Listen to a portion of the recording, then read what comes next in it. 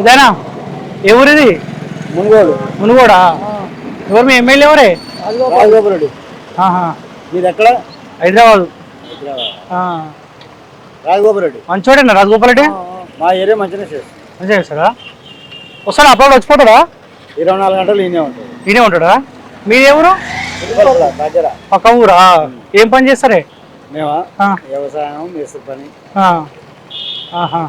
ఏం పని చేసిండే? సేవా కార్యక్రమాలు చేస్తాడు, నిజమేనా? అంత అవుతుందేనా ఈ సేవా కార్యక్రమాలు? ఆడోళ్ళు వచ్చి ఆడోళ్ళు వచ్చి ఇస్తారంట, నిజమేనా?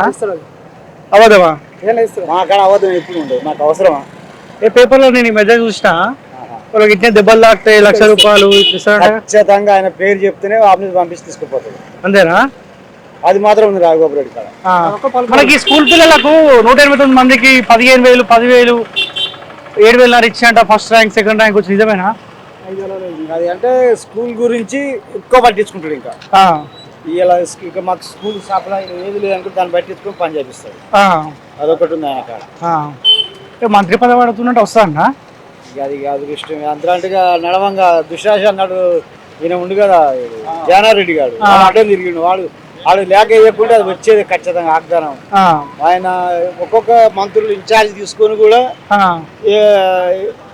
ఎంపీలో గెలిపించుకోలేకపోయారు. ఈయన ఒక్కరు దీనికి ఇన్ఛార్జ్ తీసుకొని భువనగిరి నియోజకవర్గం ఇన్ఛార్జ్ ఈయన గెలిపించిన కానీ మాట మీద లేక ఇప్పుడు అడ్డం తిరిగారు. బాగానే ఉంటుంది అని మంత్రి పదవి ఇస్తే రాజగోపాల్ దుమ్ము లేపుతాడు, ఒక్కొక్కరు వచ్చా నీళ్ళు ఆపుతాడు. అందుకే ఇస్తలేరేమో మరి. అది మాత్రం వాస్తవం. అంతేనా? ఖచ్చితంగా. కానీ కలుపు మరి అసెంబ్లీలో మాట్లాడతాను ఇప్పుడు మొనగాడే కానీ మంత్రి పదవికి అదే పండు గరీబ్ మాత్రం మంచి సాయం చేస్తారు. ఇప్పుడు మీరు పోతే పట్టించుకుంటాడా? మేము పోతే 5-6 కారు కట్టుకునే పోతాం. అంతేనా? అంటే కొందరు ఎమ్మెల్యేలు దగ్గర పోతే కూడా పట్టించుకోరు కదా. మా కాయ మంచిగా చూసుకుంటాడు. పులిపలుపులు అంటే ఇంకా ఎక్కువ ఫేమస్.